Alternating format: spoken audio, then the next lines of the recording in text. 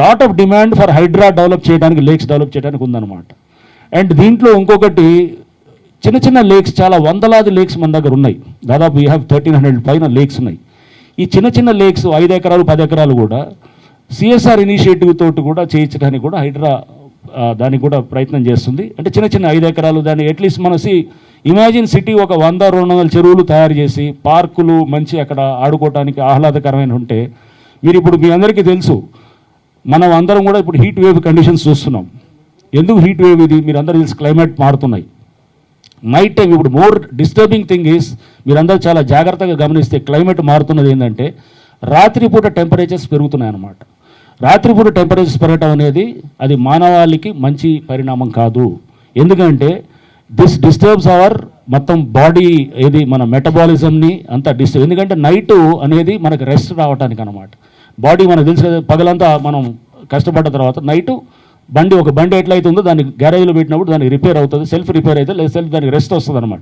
మన బాడీ కూడా రిపేర్ అవ్వడానికి night is very important thing అనమాట. అంటే మన ఈ హీట్ ఐలాండ్ ఎఫెక్ట్ తోటి ఇప్పుడు మన ఈ కాంక్రీట్ స్ట్రక్చర్స్, మొత్తం ఈ స్టీల్ స్ట్రక్చర్స్ ఇవన్నీ రావడంతో ఆ హీట్ని డే టైం అబ్జర్వ్ చేసుకుంది, నైట్ మెల్లిగా రిలీజ్ చేస్తుంటుంది. రేడియేషన్ తోటి రిలీజ్ చేస్తున్నప్పుడు ఆ నైట్ టెంపరేచర్ అనేది అక్కడ ఇంతకుముందు ఉన్న దానికన్నా ఎక్కువ ఉందన్నమాట ఇప్పుడు.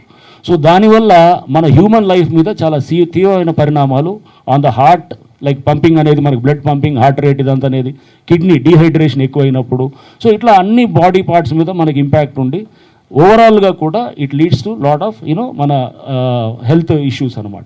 సో దీనికి ఏం చేసాం, అక్కడ సపోజ్ లేక్స్ డెవలప్ చేసాం అనుకోండి, it reduces the temperature gradual అనమాట. అక్కడ 4-5 చెట్లు పెట్టి లేక్స్ పెట్టి, అంటే ఎన్వైరన్మెంట్ని కాపాడటంలో మానవాళి మనుగడ ఉన్నది అని చెప్పి, that's what I'm trying to impress upon every one. Okay, మనం పర్యావరణాన్ని కాపాడితే మనకి ఏంటంటే మనల్ని పర్యావరణం కాపాడుతుంది అనమాట. సో దిస్ ఇస్ అది మనం చాలా జాగ్రత్తగా ఈ లేక్స్ని, చిన్న చిన్న లేక్స్ని డెవలప్ చేసినప్పుడు ఇమాజిన్ ఒక 5-10 ఏళ్లలో 100 లేక్స్ తయారవుతాయి, పార్కులు తయారవుతాయి.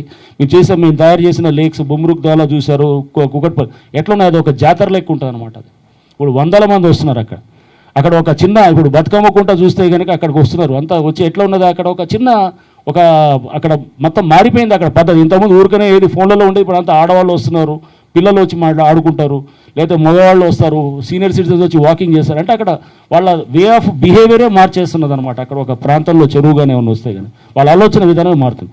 సో ఈ చెరువులు కూడా చిన్న చిన్నవి చేయాలనేది కూడా ఉన్నది. ఇప్పుడు ఈ 1 yearలో హండ్రెడ్స్ ఆఫ్ లేక్స్ కూడా టేకప్ చేసి, అంటే మేము ఓన్లీ మానిటర్ చేస్తాము, will not directly get in to this. NGOs వాళ్ళు చేస్తూ, ఎక్కడ చెరువు ల్యాండ్ అంటే ప్రైవేట్ వాళ్ళకి ఇస్తే ల్యాండ్ కొట్టేస్తారు లేదా కబ్జాలు చేస్తారు అనేటువంటి భయం ఉంటుంది. కాబట్టి దాన్ని మానిటర్ చేస్తుంటాం, చెక్ చేస్తాం. Will be very very careful about that.